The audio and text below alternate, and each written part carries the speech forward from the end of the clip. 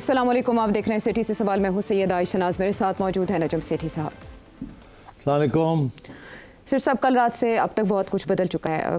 कल के शो में आपने बहुत सी प्रेडिक्शन की थी और एक नक्शा खींचा था कि सूरत हाल किस तरफ जा सकती है। और उसके बाद जैसे ही रात को घरों को वापसी हुई तो इंडिया की तरफ से जारहाना पेशकदमी जारी रही और यहाँ तक कि जो पाकिस्तान के डिफरेंट मिलिट्री बेसिस हैं उनको निशाना बनाने की कोशिश की गई। 3 मिलिट्री बेसिस पे अटैक की इतलात आई और उन्होंने दावे किए, लेकिन हमारे DGISPR रात को भी एक्टिव थे। 2 बार उन्हें आके प्रेस कॉन्फ्रेंस करके मुख्तसर प्रेस कॉन्फ्रेंस में ये बताना पड़ा कि इंडिया अभी भी इश्ताल अंगेज़ी से बाज नहीं आ रहा।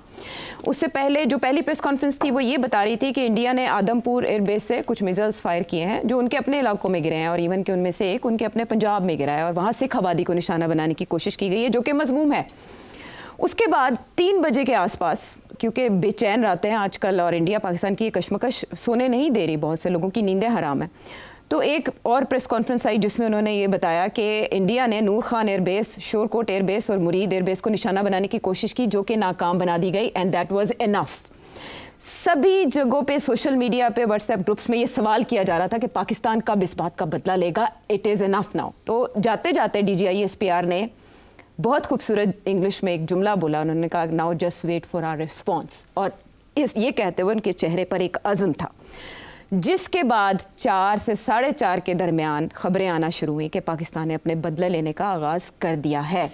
और उसके बाद DGISPR का वो बयान याद आया जो उन्होंने पहली बार कहा था कि जब पाकिस्तान हमला करेगा तो इंडियन मीडिया को बताने की ज़रूरत नहीं होगी, फिर दुनिया बताएगी। तो सेठी साहब, दुनिया ने बताया, यहाँ तक कि बरतानवी सहाफ़ी, अमरीकी सहाफ़ी, CNN के सहाफ़ी ये बरमला एतराफ़ कर रहे हैं कि पाकिस्तान ने क्या किया। यह निक रॉबर्टसन बहुत पुराना घोड़ा है, बहुत नॉलेजेबल है। इसने दुनिया के बहुत से कॉन्फ्लिक्ट्स कवर किए हैं। Is very very highly respected. बहुत इंडिपेंडेंट ऑब्जर्वर है, रिपोर्टर है, and as I said very highly respected. इसमें जो उसने मोटी बात की है कि इंडिया ने अमेरिका से कहा कि सीज़ फायर कराएं। This is the take away from this. पहली। दूसरी चीज़ उसने ये कही है कि पाकिस्तान रिस्ट्रेंट शो कर रहा था, मगर इंडिया ने जो 3 एयरपोर्ट्स के ऊपर हमला किया पाकिस्तान में in the early hours of the morning, उसके बाद पाकिस्तान ने फिर वो फैसला कर लिया कि अब कर दो। जिसका हवाला आपने दिया कि DGISPR 3 बजे के करीब गुस्से में उठ के कहे कि अब देखें हम क्या करते हैं। उस वक्त तक ये हमले हो चुके थे।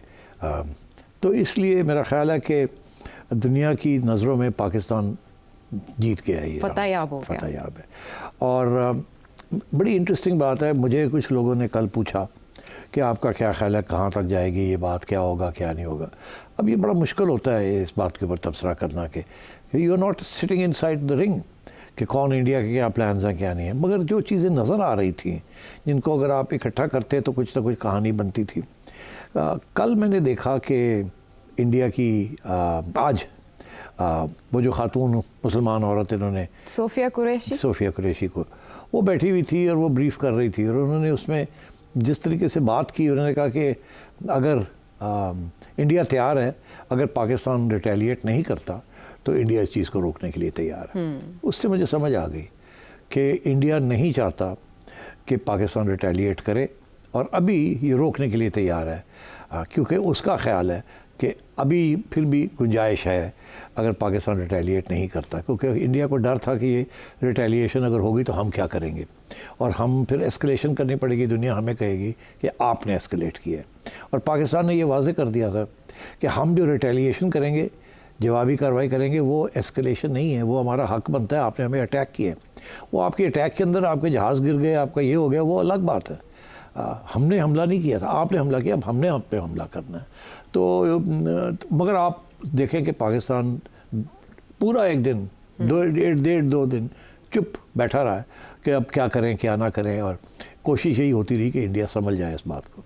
मगर जब ये अटैक आई है, और ये ज़रूर कहा पाकिस्तान ने कि हम करेंगे मगर सोच के करेंगे, और इसलिए उन्होंने मौका दिया सऊदी अरेबिया को, अमेरिका को, टर्की को कि कोई रोल अदा करना चाहते हैं तो करें, नहीं तो फिर हमें करना पड़ेगा जो हम करना जा रहे हैं। तो मैं ये समझता हूँ कि पाकिस्तान ने बहुत अच्छा कंडक्ट किया, अपना डिप्लोमेसी भी अच्छी की है और ऑफ कोर्स फायर पावर भी बड़ा ज़बरदस्त तरीके से डेमोन्स्ट्रेट किया। और अब इंडिया बहुत बड़ी मुश्किल में आ गया था जब हमने ये उनके जो ठिकाने हैं एयरफील्ड्स जहाँ उनकी कोई मिसाइल्स भी स्टोर्ड हैं जी, ब्राह्मोस के डेपोज थे। हाँ देखिए ना, बियास के अंदर ब्राह्मोस मिसाइल्स हैं, उधमपुर के अंदर एयर डिफेंस सिस्टम्स हैं, पठानकोट में एयरफील्ड है जी, जलंधर में एयरबेस है, गुजरात के अंदर मल्टीपल मिलिट्री लोकेशंस हैं, दिल्ली में मिसाइल इंटरसेप्टेड, दिल्ली भी सेट थी, राजस्थान के अंदर मिलिट्री इंस्टॉलेशंस, श्रीनगर में एयरबेस, चंडीगढ़ के अंदर वेपन डेपो न्यूट्रलाइज्ड, और जो इनका जो सबसे बड़ा मिसाइल डिफेंस है द S-400 उसको भी न्यूट्रलाइज करना था, बिकॉज पाकिस्तान की जो attack could have been dented. तो मैं समझता हूँ कि बड़ी सोच समझ के ये चुने थे और बड़ी ख़तरनाक किस्म की स्ट्राइक्स की इन्होंने। मेरा ख्याल है इंडिया ये तवक्को नहीं कर रहा था कि इस लेवल की स्ट्राइक्स पाकिस्तान करेगा, या ये भी नहीं कर रहा था कि अगर करना भी चाहे तो शायद इनके पास ये मिसाइल्स नहीं हैं, क्रूज़ मिसाइल्स जो कि ये कर सकती है। And so I think Pakistan जो उन्होंने कहा था पाकिस्तान ने किया, और इंडिया तवक्को नहीं कर रहा था। उसके बाद इंडिया के लिए बड़े सीरियस प्रॉब्लम हो गए कि अब हम कहाँ जाएँ। इसके बाद ड्रोन्स हमने ट्राई कर लिया, राफेल हमने ट्राई कर लिया, हमने मिसाइल्स भी फेंक दी हैं एयरपोर्ट्स के ऊपर, और वो भी शूट डाउन हो गई, पाकिस्तानियों ने उसको भी डिफेंस कर लिया, एक आध निकल गई। तो अब पाकिस्तान ने तो बहुत बड़ा हमला काउंटर कर दिया, तो हम कैसे आगे, अब हम क्या करेंगे जी। और ज़्यादा अगर हमने कुछ सारा कुछ ही फेंक दिया तो फिर ये ना हो कि चाइना भी ऊपर से शुरू हो जाए कुछ। और इस वक्त तो चाइना ने वाज़े कर दिया था कि चाइना विल सपोर्ट पाकिस्तान। तो आई थिंक उस वक्त इंडिया को यही सोच हुई कि अब let's go for seize fire, और इन्होंने फिर अमेरिकनों को कहा कि आप सीज़ फायर हमारे लिए कराएं। ये अब वाज़े हो गया कि हमने नहीं कहा, हमें तो लोग अप्रोच कर रहे थे कि आप मत करें, आप मत करें, आप मत करें, और हमारा मौक़िफ़ यही था कि इंडिया ने ये किया, हम करेंगे तो सही जी। मगर देखिए ना, उन्होंने पानी के ऊपर भी धमकी दी हुई है हमें, और ये भी किया है, तो हम करेंगे तो सही। तो आप उनको समझाएं कि ये न्यू नॉर्मल हम नहीं होने देंगे। तो ये मतलब हमारी तरफ से पैगाम बड़ा लाउड एंड क्लियर चला गया था। और मेरा ख्याल है जब ये हमने स्ट्राइक्स की है ना उनके एयरफील्ड्स के ऊपर इन रिटेलिएशन अगेन, उसके बाद इंडिया को समझ आ गई कि ये जंग जीत नहीं सकते। फिर उन्होंने सोचा कि अपने लॉसेस को कट किया जाए, जो कि उन्होंने ये फिर सीज़ फायर करवाई है। अच्छा, इसमें भी बड़ी इंटरेस्टिंग चीज़ है, गए किसके पास? डोनाल्ड ट्रंप के पास। डोनाल्ड ट्रंप के पास गए हैं, ये उसी के पास गए हैं जिसको ये शुरू से ही वैंस को, इंडिया आया हुआ था, उसी को कन्विंस कर रहे थे कि पाकिस्तान ने ये किया और हम हमला करेंगे। ये मैं आज कन्विंस्ड हूँ कि इन्होंने वैंस को बता दिया था कि हम कुछ ना कुछ करेंगे।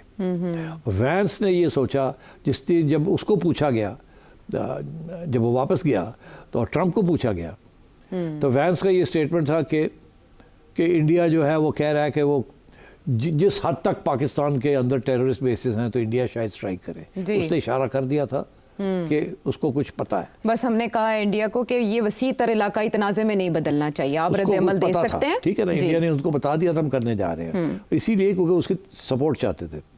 मगर जाके वैंस ने जब ब्रीफिंग दी होगी CIA ने ट्रंप को कि तो इंडिया खुद ही कर रहा है सारा कुछ, तो इसीलिए उन्होंने सोचा ज़रा हैंड्स ऑफ हो जाए, क्योंकि हम we can't don't want to be party to this. तो मेरा ख्याल है इसीलिए वो पीछे हट गए थे। फिर इस दफ़ा जब इंडिया ने इनको कहा कि आप प्ले अ रोल, तो फिर वो फ़ौरन कूद गए, कि उनको पता है उनके पास लेवरेज है, बिकॉज ईरान वाले भी आए और उसके बाद टर्की भी आया, और तो पाकिस्तान ने बात सुन ली, उनको अपना मौक़िफ़ भी बता दिया। सऊदी अरेबिया जो आया वो अमेरिका के कहने पे आया। अच्छा, और वो बात वही हो रही थी, और उनको भी यही हमने बात कही कि जी आप इंडिया को कहें कि ये न्यू नॉर्मल हम नहीं इस्टेब्लिश करेंगे, हम अपने अटैक करते हैं, उन्हें कहें फिर काउंटर ना करें और ख़त्म कर दें। अच्छा, ये अंडरस्टैंडिंग से हुआ, इस वक्त कन्वे कर दिया था उनको, इसीलिए फिर इंडिया तैयार हो गया। इसीलिए फिर वो प्रेस कॉन्फ्रेंस भी हुई कि अगर पाकिस्तान ये रिटेलिएशन नहीं करता तो हम तो ख़त्म करने के लिए तैयार हैं। तो मैं ये समझता हूँ कि ये इस पर काफ़ी टूइंग एंड फ्रोइंग हुई है, इंडिया ने अपनी पोजीशन तब्दील की है, एंड आई थिंक उसकी जो फाइनल पोजीशन वही थी जो कि हमारी जो काउंटर अटैक आई है उसके बाद, तो इंडिया को समझ आ गई कि ये अब मामला जो है इनके हाथ से निकल रहा है। क्या वो ये एक्सपेक्ट कर रहे थे कि पाकिस्तान ये करेगा, क्योंकि वो पुश करते रहे मुसलसल, नर्व टेस्टिंग पाकिस्तान की करते रहे, छेड़खानी करते रहे, पंगा लेते रहे, उनका ख्याल नहीं था कि इस हद तक ये कामयाब होंगे या ये करेंगे। उन्होंने सोचा कि हमने इनको धमकी दे दी है, इनके पास कुछ नहीं है, हमने इनके पास जो था वो हो गया इनके जहाज़ों का, इनके पास ड्रोन्स भी उस किस्म की नहीं है जिस किस्म की हमारे पास है, इनके पास मिसाइल्स भी उस किस्म की नहीं है, और हमारा S-400 सिस्टम जो है अगर ये करेंगे भी तो उसको हम एक्टिवेट कर देंगे। आफ्टर ऑल $1.5 अरब का सिस्टम है वो जी। और वो इसीलिए रखा हुआ है पाकिस्तान के लिए, मगर वो तो बिल्कुल फेल हो गया, वो तो हमारी एक मिसाइल भी नहीं गिरा सका बिकॉज हमने स्ट्रेट वे उसको टारगेट किया और उसको पता था हमें कहाँ कहाँ है बैटरीज उसकी, उसको टारगेट किया, उसको नॉकआउट कर दिया। अच्छा, नॉकआउट का आयशा ये मतलब नहीं होता कि आप फिज़िकली साइड के ऊपर आप जाके ठाओ और वो तबाही हो जाएगा, नहीं, वो इलेक्ट्रॉनिक सिस्टम्स हैं, ये कंप्यूटराइज सिस्टम्स हैं, वो उनको नॉकआउट करना मुश्किल नहीं है। जैम कर दिया, जैम नहीं, वो मतलब है उनके इतने चीज़ें कॉम्प्लिकेटेड है कि कहीं भी कुछ डिस्टर्ब हो जाए तो वो सारा सिस्टम उड़ जाता है, उसकी एनर्जी सप्लाई ख़राब हो जाए, उसके अंदर ग्लिच आ जाए कंप्यूटर के अंदर, दे यूज़ दोज टू जो ट्रैकिंग सिस्टम है सारा कुछ, तो इट्स हाईली सेंसिटिव। तो अगर वहाँ इर्द गिर्द भी बम फट रहे हों तो सिस्टम उड़ जाता है। तो ये तो होता है कि इसको छुपा के रखते हैं कि जब वो, इसीलिए आपको पता कि जब ये हमास ने वो ड्रोन्स भेजे थे वो इसीलिए था ना कि वो कह रहे थे कि देखेंगे मिसाइल्स कहाँ से आती हैं जी। मिसाइल्स जहाँ से आती है हमें पता चल जाएगा कि यहाँ इनकी बैटरीज है मिसाइल्स की, ठीक, that was the purpose of those drones. इनका भी यही पर्पस था, इसराइली मेथड ही ट्राई किया। ये सारी देखिए ना, ये सारी इंडिया और इसराइल का मैं आपको बता दूं, India is the largest importer of weapons in the world. India सबसे ज़्यादा दुनिया में लीडिंग इंपोर्टर ऑफ वेपन्स, उसमें इसराइल जो है वो इसका नंबर 4 पे आता है। इसराइल से बहुत कुछ ये लेता है, बहुत से कुछ इनकी आपस में ताउन एक्सचेंज होता है, एक्सचेंज है। और बाय द वे मैं आपको ये बता दूं कि इसराइल जो है वो समझता है कि असली जो दुश्मन है अपना वो पाकिस्तान है, बिकॉज उसके पास न्यूक्लियर वेपन है और वो इस्लामिक है। इसराइल की जो फ़लसफ़ा है वो हमेशा अरबों से नहीं डरा, कभी भी नहीं डरा उन्हें, और ईरान से डरता है और पाकिस्तान और पाकिस्तान हमेशा has been number 1 enemy, because Pakistan के पास ऑलरेडी बॉम्ब है। और एक दफ़ा तो ये भी खदशा था कि शायद ये बॉम्ब ईरान को दे ना दे या सऊदी अरेबिया को ना दे दे, तो वो ही सारा वक्त अमेरिकन मॉनिटर करते रहते हैं कि आपने एक्सपोर्ट किया है टेक्नोलॉजी या नहीं की। AQ खान के ऊपर यही इल्ज़ाम था ना कि वो इधर उधर कुछ लेने देने की सोच रहे थे और बातें हो रही थी उस वक्त, इसीलिए the American came down very hard on him, General Musharraf had to ease him out. तो अब बात यह है कि I think India has lost, ये बहुत बड़ी गैम्बल की थी नरेंद्र मोदी ने, कुछ हद तक इसने प्लानिंग जो की थी उसके अंदर कुछ चीज़ें इनको एहसास नहीं था, उसमें 2 चीज़ों का मिसिंग हो गई इनसे। एक ये कि चाइना पाकिस्तान के जो अंडरस्टैंडिंग है, जो कोऑपरेशन है इन टेक्नोलॉजी और टेक्नोलॉजी ट्रांसफ़र और दीज एयरक्राफ्ट और दीज मिसाइल्स, उनका ख्याल था कि शायद ये उस लेवल तक नहीं है जिस लेवल तक थी। उनका दूसरा ख्याल ये था कि अगर ऐसे है भी तो हम तो हमारे जो राफेल जेट्स हैं ये तो दूर से भी अटैक कर सकते हैं और ये टेक्नोलॉजी जो है वहाँ तक नहीं पहुँच सकती। हमने ये डेमोन्स्ट्रेट किया कि चाइना ने हमें इतनी दे दी थी जिसके साथ हम वहाँ भी पहुँच सकते थे with the help of certain other techniques including एवैक्स, इसका पहले भी मैंने जिक्र किया है, गाइडेंस के लिए और रेडार लोकेशन के लिए। और जिस तरीके से कोऑर्डिनेशन हुई है between the air force, army and the various technological units, superb. इनका ख्याल था ये नहीं हो सकेगा, तो मेरा ख्याल है कि देव लर्न दिस। अब इसमें तो बहुत सी चीज़ें समझ आ गई ना। एक तो ये कि आपको पता पुराने ज़माने में ये होता था कि एक तरफ अमेरिकन टेक्नोलॉजी होती थी, ये वेस्टर्न, दूसरी तरफ सोवियत होती थी या रशिया, तीसरी चॉइस ही कोई नहीं थी। इंडिया ने सोवियत यूनियन की तरफ गया, पाकिस्तान अमेरिका की तरफ गया, एंड इसी तरीके के साथ मुख्तलिफ कंट्रीज़ ने कैंप्स सेलेक्ट किए और हथियार उनसे लिए। अब ये हो गया है कि China is entered the equation and Russia जो है वो हट गया बीच में से। रशिया तो अब उस किस्म के हथियार बना के एक्सपोर्ट नहीं कर रहा, वो तो इंपोर्ट कर रहा है खुद, चाइना से लेता है इधर उधर से। तो so I think China is now entered this field. और ये जो कुछ हुआ है इसमें वेस्टर्न टेक्नोलॉजी को बड़ा धक्का लग गया, और जो लोग शक करते थे कि चाइना की जो डेवलपमेंट हुई है वो बहुत ज़्यादा है, हमें पता नहीं है, और ख़दशा था कि शायद काफ़ी हो, तो ये तो अब लोग ये कह रहे हैं ये तो ये राफेल जो वगैरह है ये 4.5 जनरेशन जी। एयरक्राफ्ट है। 5th जनरेशन एयरक्राफ्ट जो है वो अमेरिका का F-35 है, जी। जो अमेरिका ने किसी को नहीं दिया है, मेरे ख्याल इसराइल को दिया होगा, किसी को नहीं दिया, लोग मांग रहे हैं, मिल नहीं रहा है। अब लोग ये कह रहे हैं कि चाइना तो 6th जनरेशन पे पहुंच गया है, और लेटेस्ट रिपोर्ट्स ये हैं कि चाइना ने जो अपनी आर्मी के लिए जो जहाज़ बनाया है, जी। जिसकी F-35 से भी आगे है, वो उसने किसी को नहीं दिया। अच्छा। अब ये खदशा है कि शायद वो पाकिस्तान को दे दे, क्योंकि पाकिस्तान के अंदर चाइना का जो इंटरेस्ट है, कंसर्न है और स्टेक्स है बहुत हाई है। और इंडिया के एंकर्स ने बहुत कोशिश की है चाइनीज़ एक्सपोर्ट्स को लेके उनसे ये बात करवाने की कि भाई आप कुछ नहीं करेंगे अगर इंडिया और पाकिस्तान का मसला। और हर एक ने ये कहा है कि हमारा जो है ना पाकिस्तान के साथ इज़ आयरन क्लैड, एंड ये आप गलत फहमी नहीं होनी चाहिए आपको, we will come to Pakistan. और फाइनली जिस बात के ऊपर भी तवज्जो नहीं दी जा रही, ये मेरी पेशन गोई है, ये बात आगे आएगी कि चाइना ने इस दफ़ा पाकिस्तान की हेल्प कैसे की है इनडायरेक्टली। ये तो डायरेक्ट है ना जी, टेक्नोलॉजी ट्रांसफ़र हो गई, जी जी, ठीक है, और वो सिखा दिया और सब कुछ कर दिया। बट इनडायरेक्टली क्या चाइना ने किसी और तरीके के साथ साइबर वॉरफेयर किया है इंडिया के अंदर, जो कि सिर्फ चाइना ही कर सकता है और पाकिस्तान नहीं कर सकता?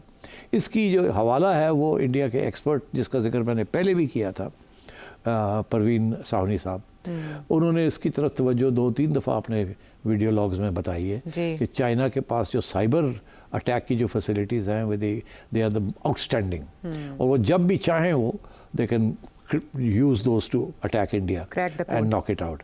और अभी जो खबरें आ रही हैं कि इंडिया की energy systems, grid systems, railway systems, ये सब जगह पे जो हैकिंग हुई है किस्म की, एंड सस्पिशन इज़ कि ये चाइनीज़ टेक्नोलॉजी के ज़रिए ये सब कुछ हुआ है। इंडिया को समझ ही नहीं आई हुआ क्या है। कहीं कहीं तो इंडिया ने खुद ब्लैकआउट्स किए हैं शहरों में, ठीक है ना, और कहीं कहीं खुद ही ब्लैकआउट हो गए हैं। हाँ, हो गए हैं। और अब वो इसी में पड़े हैं कि किसने किया है या हमने किया है। 70% के अराउंड बताया जा रहा है कि साइबर अटैक्स हुए और वहाँ। So I mean, so you know, India has to now realize कि ये बिटवीन टू अनइक्वल पावर्स जंग नहीं है। इंडिया थिंक्स कि they were the big bully and Pakistan क्या है। I think now they realize कि when they fight Pakistan, they are fighting China and Pakistan. तो मेरा ख्याल है इंडिया और कोई एडवेंचर की तरफ मुश्किल हो गया इसके बाद। इसीलिए इट वॉज सो इम्पोर्टेंट कि ये न्यू जो नॉर्म है ये इस्टेब्लिश ना हो। अब जो न्यू नॉर्म इस्टेब्लिश हुआ है वो इंडिया वाला न्यू नॉर्म नहीं है, वो पाकिस्तान और चाइना वाला न्यू नॉर्म है कि you touch Pakistan and you are touching China and Pakistan. तो आई थिंक लोगों को सेलिब्रेट करना चाहिए कि इंडिया अपना न्यू नॉर्म इस्टेब्लिश नहीं कर सका और चाइना और पाकिस्तान ने मिलके एक न्यू नॉर्म इस्टेब्लिश कर दिया है, जो कि इंडिया को सबक ऐसा सिखाया है कि आगे से ये काम मत करना। अगर इंडिया ऐसा ना करता तो शायद ये इस्टेब्लिश ना हो पाता। अपने ही डी में गोल कर दिया इंडिया ने। So I think these are the two takeaways that I take. और फाइनली चाइना को जो फ़ायदा हुआ, एक तो उन्होंने अपनी टेक्नोलॉजी ट्राई कर ली, बगैर जंग लड़े और 4 दहाई टेस्ट कर ली, ठीक, और वो भी एक ट्रस्टेड पार्टनर के साथ। That is very important. और दूसरी चीज़ ये कि इंडिया को और अमेरिका को भी पैगाम चला गया कि अगर चाइना ताइवान टेक ओवर करना चाहता है, देखिए ना, उनके लिए तो Taiwan is like Kashmir to us, जी, ठीक है ना। तो चाइना हैज़ इंडिकेटेड कि वी हैव द, हम कर सकते हैं अगर हम चाहें तो, we can take on even America. तो अब बात यह है कि दीज आर सिग्नल्स, ये इंटरनेशनल रिलेशन के अंदर सिग्नलिंग होती है। ये जो छोटी सी जंग थी जिसका इम्कान था शायद ये बड़ी हो जाए, ये बहुत तारीख़ में इसकी बहुत जिक्र आएगा, बहुत इससे सबक सीखे जाएंगे। इसके बाद बहुत सी टेक्नोलॉजी की डेवलपमेंट होगी और नए सिस्टम्स बनेंगे। Example only one, I am not a military expert, ये जो राफेल को न्यूट्रलाइज किया ये कोई छोटी बात नहीं थी। अभी पूरे डिटेल नहीं निकले कि किस तरीके से इसको किया गया। क्या इंडिया के pilots are not trained enough? क्या जहाज में कोई कमी है?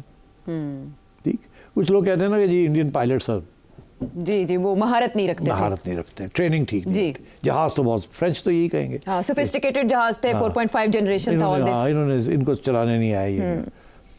मगर फिर बात निकलेगी बाहर कि पाकिस्तानियों ने क्या किया, अपने रिसोर्सेज को कैसे इस्तेमाल किया और उसमें बड़ी इनोवेटिव और बहादुरी भी इम्पॉर्टेंट है, और प्रोफेशनलिज्म भी इम्पॉर्टेंट है, और कोऑर्डिनेशन भी इम्पॉर्टेंट है, और टेक्नोलॉजी भी इम्पॉर्टेंट है। ये पूरी सबक इससे ऊपर पेपर्स लिखे जाएंगे।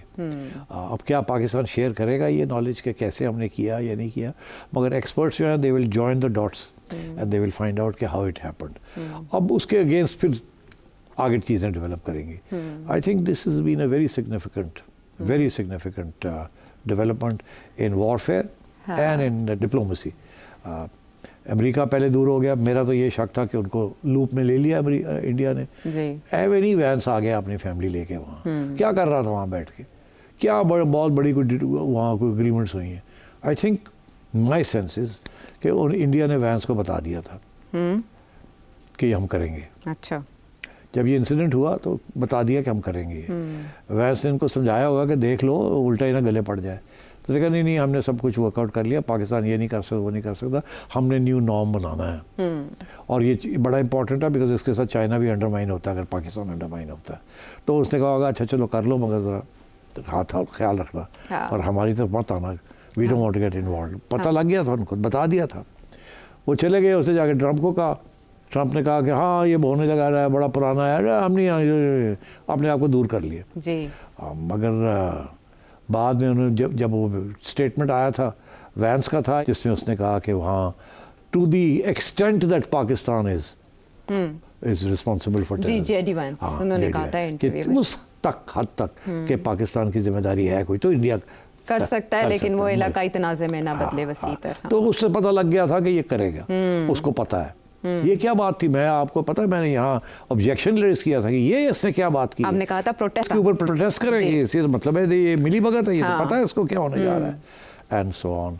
सो I think all's well that ends well. इसमें पाकिस्तान, इसमें इंडिया के लिए भी, नरेंद्र मोदी के लिए भी कॉन्सिक्वेंसेस हैं, आसिम मुनीर साहब के भी हैं, इस हुकूमत के लिए भी हैं, उनकी हुकूमत के लिए भी हैं, which we can discuss going forward. बिल्कुल ठीक। सवाल ये उठते हैं कि इस सारे मामले में अखलाकी, नफसियाती और सियासी बरतरी किसको हासिल हुई। कुछ आपने इस एनालिसिस से जाना और बाकी बात करेंगे एक ब्रेक के बाद।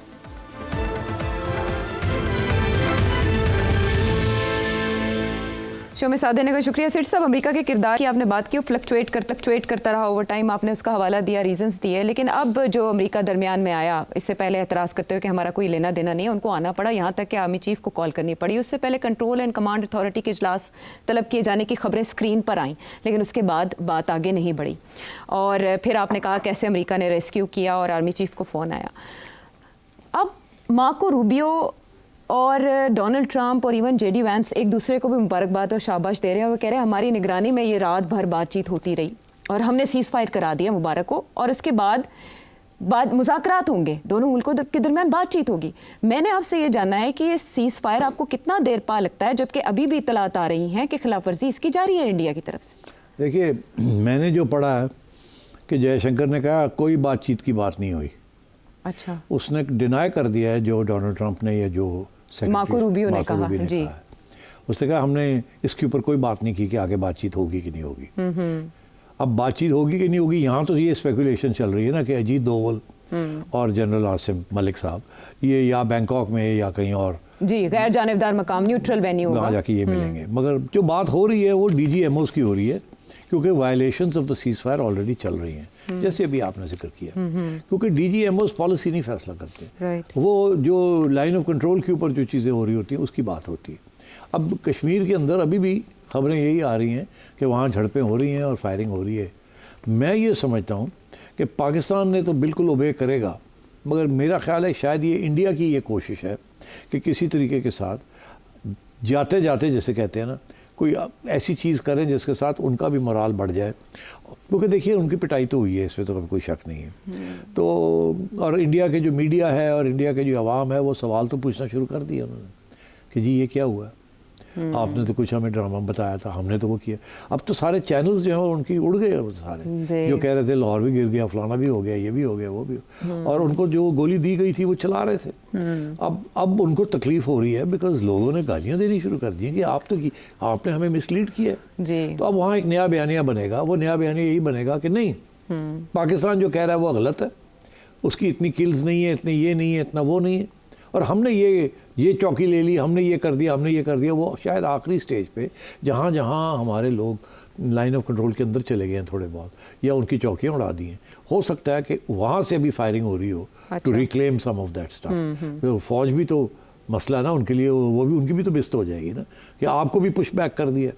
सो I think that's what's happening. I think हमारा बिल्कुल कोई इंटरेस्ट नहीं है कि हम इसको फिर हीट अप करें। हमारा तो इंटरेस्ट था कि जैसे हमारा हमला होता है उसके बाद ख़त्म करें आप, ठीक। तो इसीलिए सिग्नलिंग भी की, नेशनल कमांड अथॉरिटी की सिग्नलिंग भी की हमने। तो you know we played all the right cards.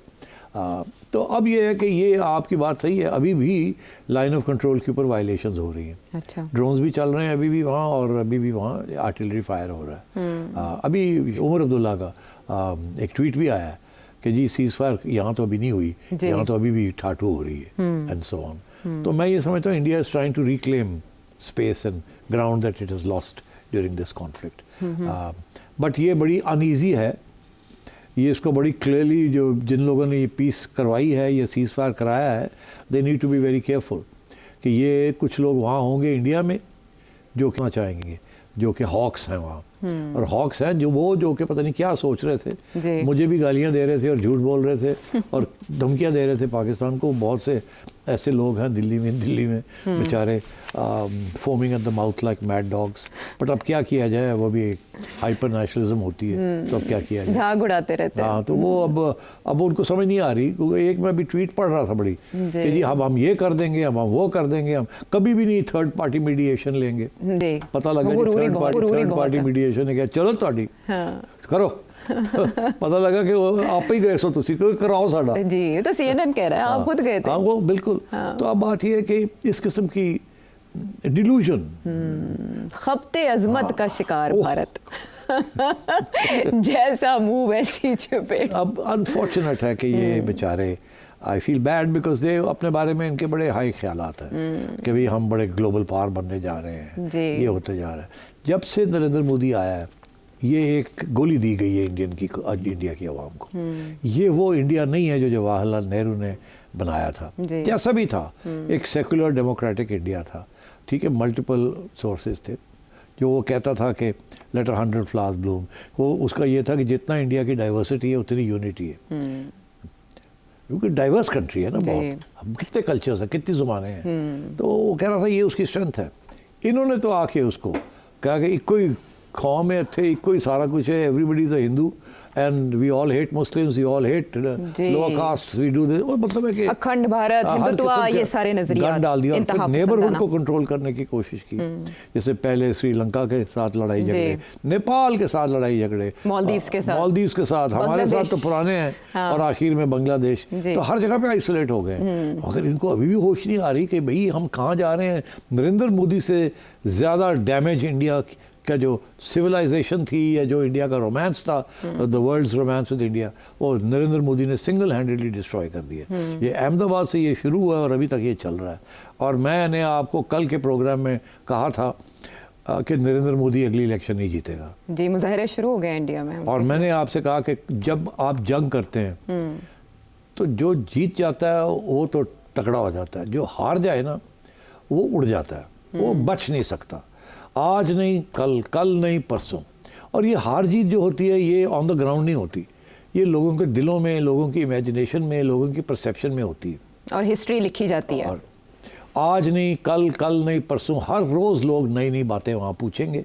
अब कांग्रेस भी दिलेरी के साथ पूछेगी, और मीडिया में जो लोग चुप थे बेचारे, डर था कि उठा के ना ले जाएं, डिसअपेयर ना कर दें, जिनको उन्होंने उनके चैनल्स बंद कर दिए, उनके ट्विटर अकाउंट्स बंद करा दिए, वेबसाइट बंद कर दी, अब वो बोलना शुरू करेंगे। एंड यू विल सी कि ये जयशंकर के लिए और नरेंद्र मोदी के लिए सरवाइव करना मुश्किल हो जाएगा। डेमोक्रेटिक सिस्टम है, सरवाइव कर भी जाएं, मगर दे will not survive the election. Awam India की पहचान जाएगी हुआ क्या है, और यही लोग जो कि इनको लाने वाले हैं यही बददिल हो जाएंगे कि इसने झूठ बोला हमारे साथ, हमें बेवकूफ़ बनाया है, और and they will not give him the vote that he wants. तो ये बैकफायर कर जाएगा इंडिया के, नरेंद्र मोदी के ऊपर। लेकिन डिफेंस मिनिस्टर की हद तक तो रेजिग्नेशन आ सकता है ना, राजनाथ साहब तो मानेंगे अपनी कमज़ोरी? हो सकता है, मेरा ख्याल है कुछ ना कुछ तो होगा डेफिनेटली, और बहुत सी बातें निकलेंगी, आप देखिएगा।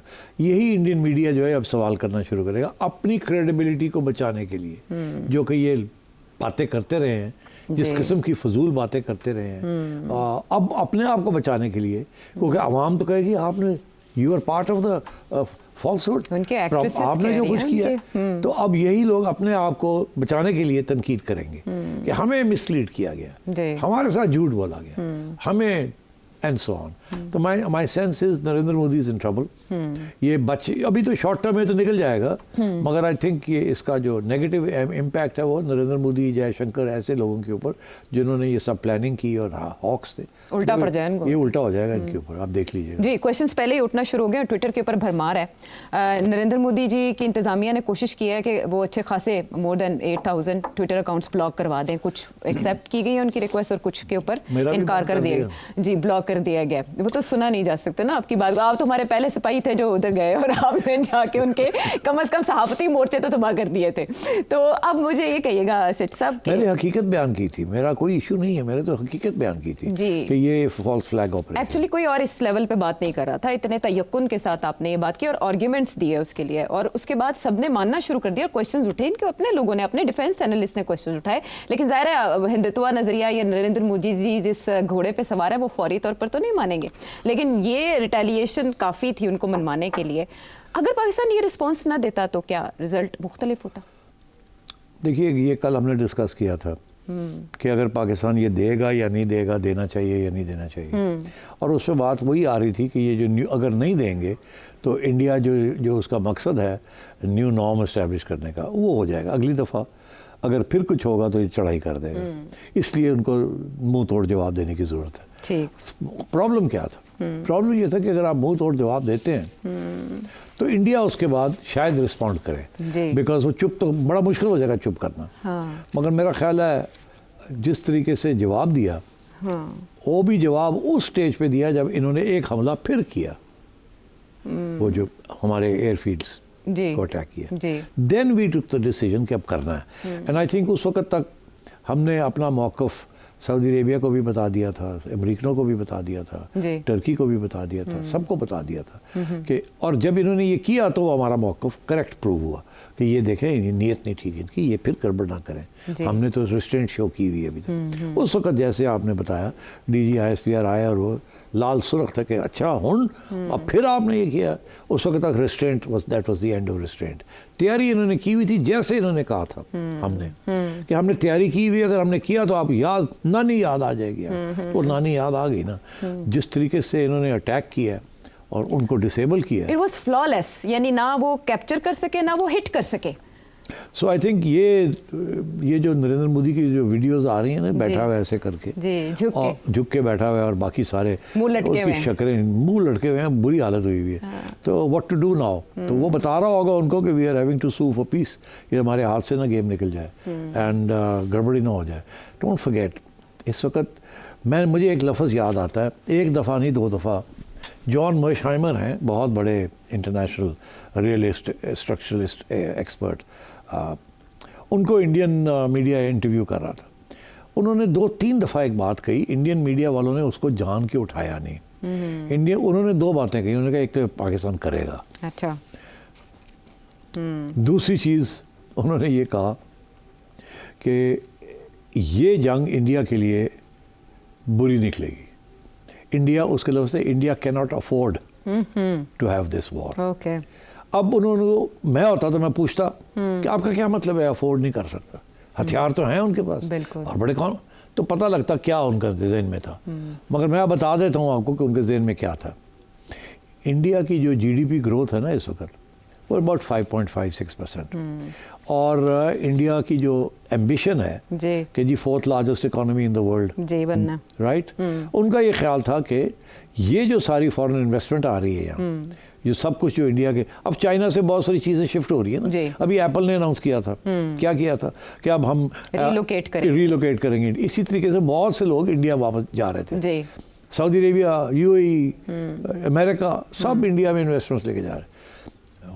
जंग जो होती है ना आयशा, पैसा वहाँ नहीं जाता जहाँ जंग हो रही हो। पैसा जाता है जहाँ सर्टेनिटी हो, जहाँ स्टेबिलिटी हो, जहाँ रूल्स एंड रेगुलेशंस हो, जहाँ लॉ हो, जहाँ कॉन्ट्रैक्ट्स हो, पैसा इन्वेस्टमेंट वहाँ जाती है। हमारे यहाँ क्यों नहीं आ रही? जी। हमारी कमजोरियाँ हैं अनसर्टेन सिचुएशन। हाँ, ठीक है, सारे we are targeted at every level, इसीलिए नोबडी वांट्स टू इन्वेस्ट। हमारे अपने लोग, India was the magnet hub. हाँ ड्रॉइंग ऑल द इन्वेस्ट। जी। अगर ये वॉर 4, 10, 15 दिन और चलता, already Indian stock exchange drop कर वो गई, ड्रॉप कर रही थी।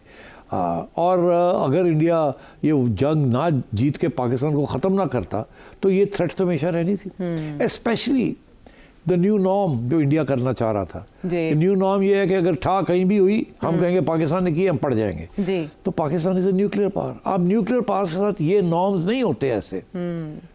डेटरेंस इसीलिए तो रखी है, आप कैसे कह सकते हैं? तो मतलब है दिस इज अच्छा। अब ये इसे वो कहते हैं ह्यूब्रिस, गलत फहमी, अपने बारे में बहुत हाई सोचना और एम्बिशन।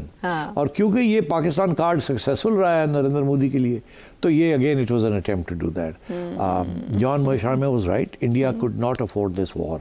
मगर इतना वॉर हिस्टीरिया क्रिएट कर दिया गया आयशा कि यकीन करने लगे। और मैं आपको बताऊं, मेरे बड़े लिबरल इंडियन दोस्त भी इसका शिकार हो गए और बड़ी बदकिस्मती से तलकात भी ख़राब होने जा रहे हैं, बिकॉज वो सुनने के लिए तैयार नहीं थे। अल्लाह करे कि वो उन्हें अकल आ जाए कि भाई अपने देखें, हम गरेबान में झांकें, देखें ये हाइपर नेशनलिज्म जो है आपकी, ये बेसिस इसका वो नहीं है। नेशनलिज्म ठीक है, हाइपर नेशनलिज्म ठीक नहीं है। हाँ, कुछ भी चीज़ जो है वो कसरत से हो तो मुहलिक साबित होती है। हमारी फौज ने तो आपको गेट वेल सूट कह दिया है, अब आप अपने इलाज खुद करें, अपनी अदाओं पे गौर करें तो मेहरबानी होगी। वापस आते हैं एक ब्रेक के बाद।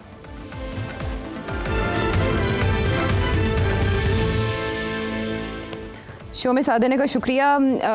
रूल्स ऑफ द गेम तो पाकिस्तानी एयरफोर्स ने अब चेंज कर दिए हैं, बट व्हाट नेक्स्ट, स्पेशली सिंतास ट्रीटी, उसका क्या होगा, और पहलगाम जो इंसिडेंट है उसकी तहकीकात का फ्यूचर? देखिए, पाकिस्तान का मौक़िफ़ तो बड़ा क्लियर है कि इन्वेस्टिगेशन करो सब चीज़ों की। हाँ। इंडिया नहीं मानेगा जी। मैंने पहले भी कहा था, मैं अभी फिर आपसे कह रहा हूँ, सवाल रहेंगे कि इंडिया मानता क्यों नहीं है, ठीक, और इंडिया के अंदर भी सवाल खड़े हो जाएंगे, क्यों नहीं मानते आप? अगर आप कॉन्फिडेंट हैं कि ऐसे, तो माने ना। ये पाकिस्तान को तो हम पूछ ही नहीं रहे, क्योंकि पाकिस्तान ने तो कह दिया ना, हमसे मत पूछें, बुला लें कहीं से। जी, न्यूट्रल ले आए। हाँ, ले आए।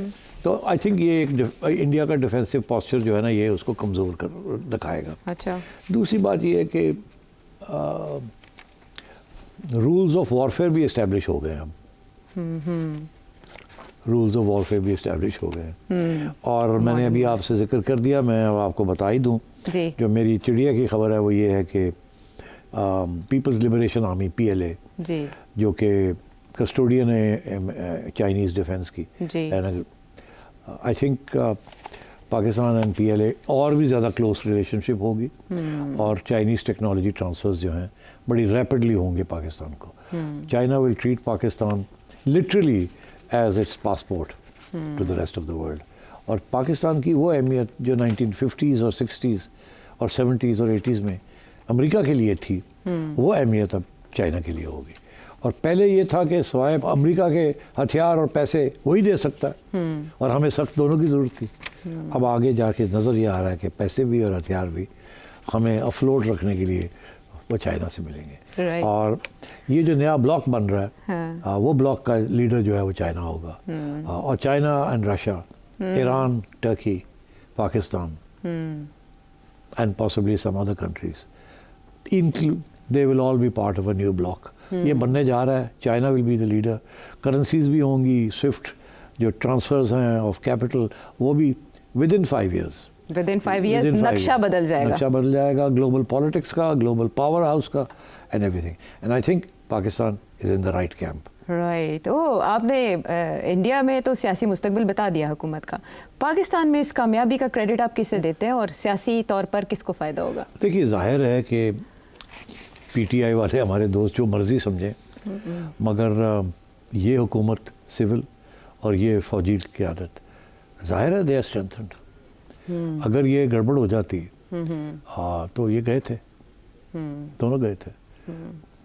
जैसे अब वहाँ नरेंद्र मोदी और जयशंकर बचना मुश्किल हो गया, बैठे हैं, ठीक। ये अब ऑब्वियसली दे हैव बीन स्ट्रेंथन्ड, पहली बात।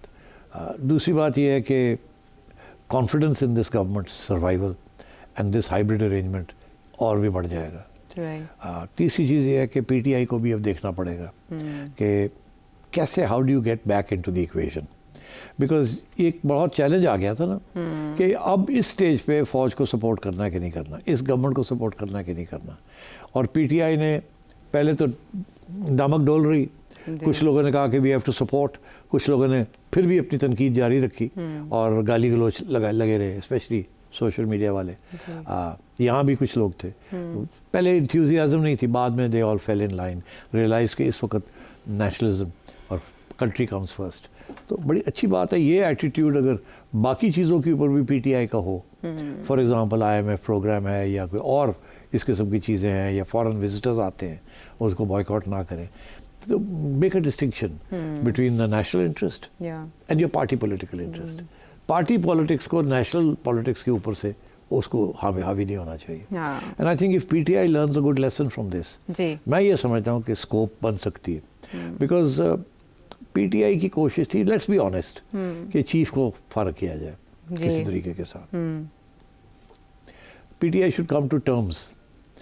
अगर पीटीआई आज comes to terms with this hybrid arrangement to make way for a new arrangement, आज नहीं परसों, अगर अपने घोड़े से उतर के नीचे आ जाए और नीचे आके कोई रास्ता ढूंढें कि सिस्टम को चलाने का, और उस सिस्टम के अंदर ये यकीनी तौर पे रिट्रीट करना पड़ेगा। इस वक्त जो हाइब्रिड सिस्टम है इसको थोड़ा पीछे हटना पड़ेगा, मगर फिर at the end of the day you have to be part of the system, because ये सिस्टम ने जिस तरीके से इस चीज़ को हैंडल किया है, इससे तो क्रेडिट आप नहीं ले सकते। और किया भी 9-10 मई को है, मई डे हो गया इंडिया का, एक और मई डे हो गया।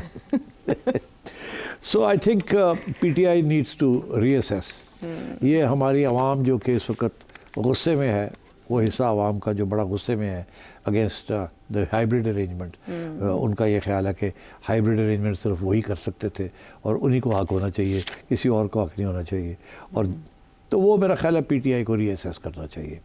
अगर पीटीआई आज ये फैसला करती है कि रीअसेस करेंगे and they will work with in the system and they will not try to overthrow this system, because वो इनकलाबी तो है नहीं, तो फिर मेरा ख्याल है द पॉसिबिलिटी इज़ के इमरान खान साहब जो है can survive as a political leader and the PTI, because PTI without Imran is no party. Headless. And I think it's important कि इमरान खान जैसा शख्स जिसकी इतनी पॉपुलैरिटी है तो भी सिस्टम का हिस्सा होना चाहिए।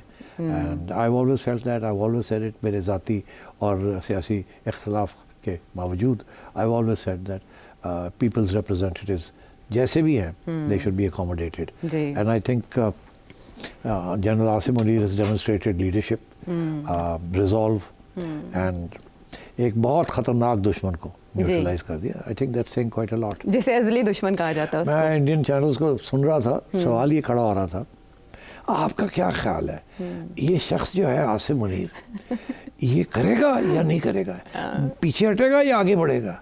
और वो दोनों मतलब हाँ कर भी सकता है, नहीं भी कर सकता, वो लगे हुए थे, समझ नहीं आ रही थी ये कर, टीवे लगा रहे थे। तो बड़ा सिंपल आंसर था जो कि दे देना चाहिए था, मगर क्योंकि इनकी उम्मीद थी कि शायद उसका ज़रूरत ना पड़े, वो ये था कि वो करेगा और करके दिखाया, और वो करेगा और वो सही तरीके से करेगा। तो इसलिए आई think this country owes a debt to the chief and to the Pakistan armed forces. बड़ा ख़तरनाक मोड़ था एक हेजमन बुली Narendra Modi and the BJP, not India.